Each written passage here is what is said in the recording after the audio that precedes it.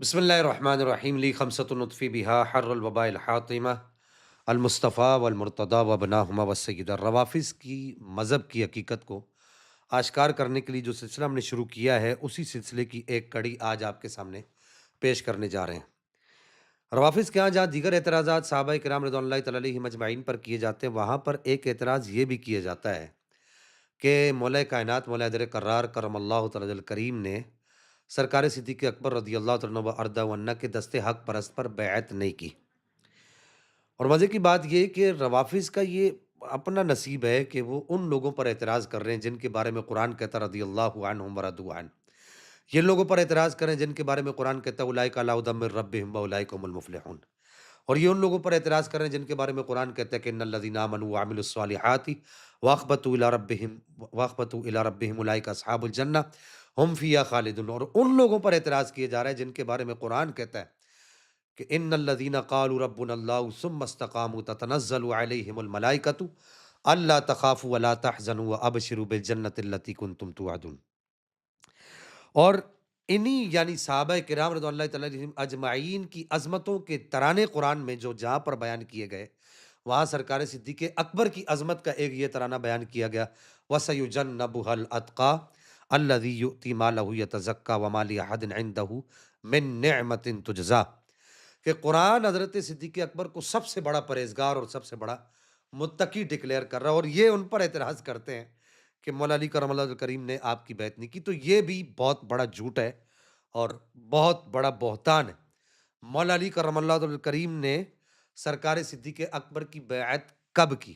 اگرچہ روایات اور بہت ساری ہیں، یہ روافظ کا اپنا طریقہ ہے، وہ اپنی مقصد کی روایت اہل سنت کی کتب سے نکال لیتے ہیں اور اہل سنت کے لوگوں کو گمراہ کرنے کی کوشش کرتے ہیں۔ چونکہ وقت کم ہوتا ہے، لوگ سنتے نہیں گفتگو کو، میں یہاں پر صرف جو روایت پڑھنے لگا ہوں کہ حضرت مولا کائنات مولا حضرت کرار کرم اللہ الکریم نے، حضرت زبیر بن العوام نے، اگرچہ اور صحابہ کا بھی نام لیا جاتا ہے، آج کی اس کلپ کے اندر ہم صرف ان دو صحابہ پر گفتگو کریں گے۔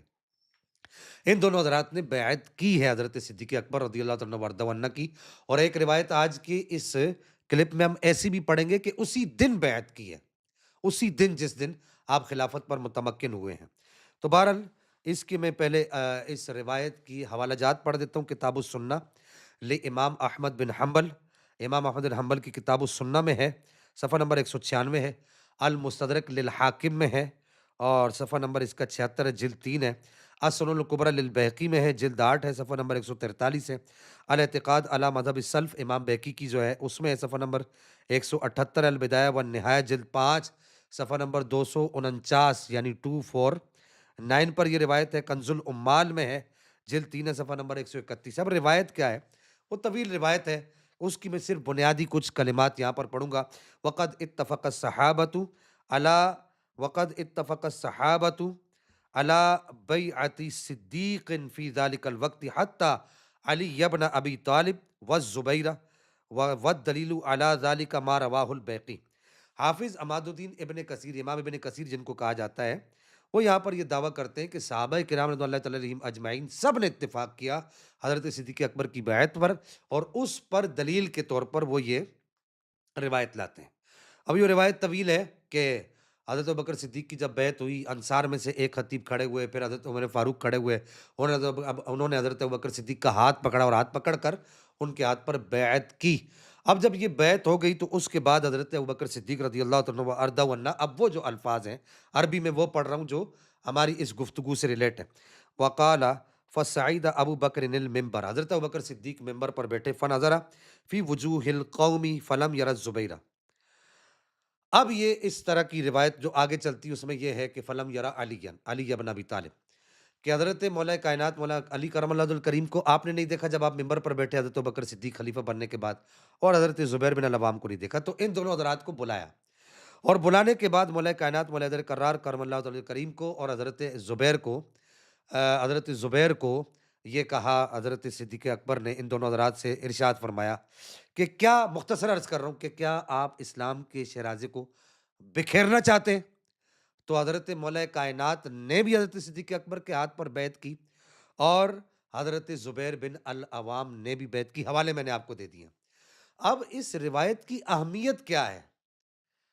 اس روایت کی اہمیت ذرا سن لیجئے کہ اسر الکبری للبیکی میں اور البدایہ والنہایہ کے اندر یہاں پر موجود ہے کہ ابو علی جو حافظ الحدیث ہیں، ابو علی نیشا پوری، وہ کہتے ہیں کہ میں نے محمد بن اسحاق بن خزیمہ سے سنا کہ وہ کہتے تھے، محمد بن اسحاق بن خزیمہ کہتے تھے کہ میرے پاس ایک دن حضرت امام مسلم الحجاج القشیری، جن کو امام مسلم کہا جاتا ہے، وہ آئے اور انہوں نے کہا کہ مجھے وہ ذرا روایت تو سنائیے۔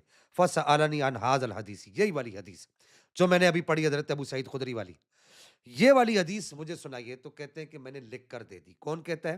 محمد بن اسحاق بن خزیمہ کہتے ہیں میں نے لکھ کر دے دی اور پڑھ کر امام مسلم کو سنائی۔ تو اب اس روایت کے بارے میں امام مسلم کے کیا کمنٹس تھے؟ امام مسلم نے کیا کہا؟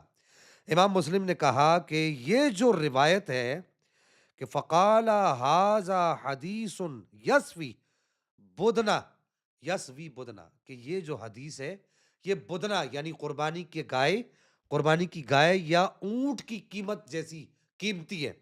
تو اب آگے سے وہ کہتے ہیں کہ میں نے کہا نہیں، بلکہ یہ تو بدرہ یعنی کہ 1000 تھیلی کے برابر قیمتی ہے، یعنی یہ اتنی اہمیت کی حامل ہے۔ اب یہاں اس کی سند بھی مراد ہے اور یہاں پر اس کی جو اہمیت ہے اس کے متن کی، وہ بھی یہاں پر مراد ہے۔